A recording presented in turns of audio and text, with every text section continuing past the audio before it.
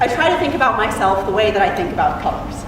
And if, for some reason, I had to create an abstract rendition of my inner self in about, 6 minutes for a live audience for some reason, I would begin with the color cadmium yellow.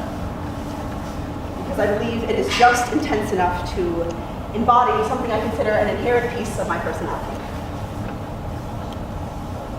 My intense emotions.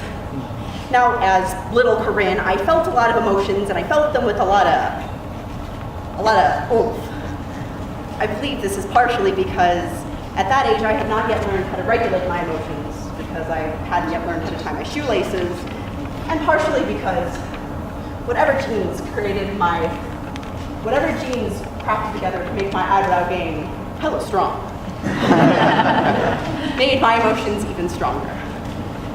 Whatever the case, I felt intensely and I acted the way I felt. For instance, happy little Kirin was determined to make this sleepover the best sleepover yet by recreating Man vs. Wild in the backyard, which consisted mostly of marshmallows on skewers stuck in the soggy wet ground as the food to be foraged for in the dead of night.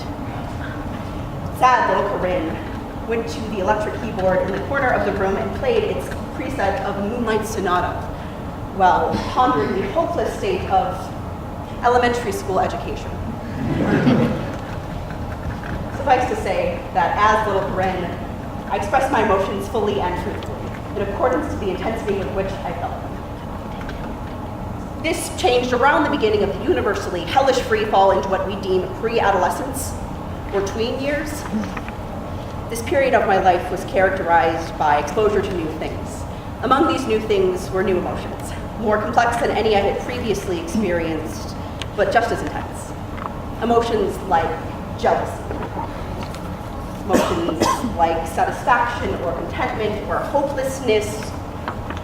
As I began to try to figure out how to incorporate these into my paradigm of life, I was also dealing with new situations, new people, new expectations, new responsibilities, and as I tried to craft all of these into a working paradigm of life, I didn't do a great job.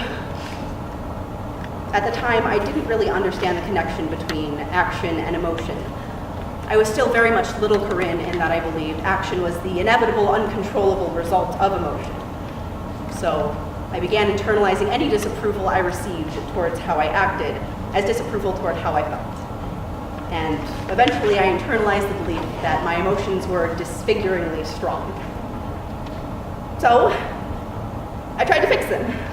I tried to erase the most strong emotions, convinced that they were somehow wrong. And then when that didn't work, I tried to smother them so that no one would realize that I felt the way I did. And then when that didn't work, I tried to create softer, more palatable emotions so that if I acted calm and docile, I'd eventually feel that way and fix whatever the hell was wrong with me.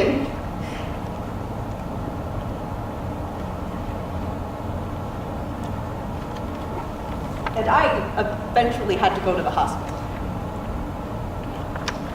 I missed my first week of high school and my second semester of freshman year. Driven to a place where you're no longer able to function, you're forced to evaluate what got you there. And it made me realize that this doesn't work.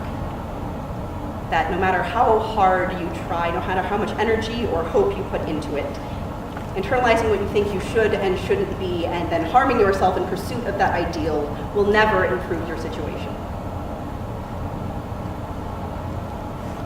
I try to think about myself the way that I think about colors, because it makes it easier for me to care for myself. Colors are something I admire and respect and love.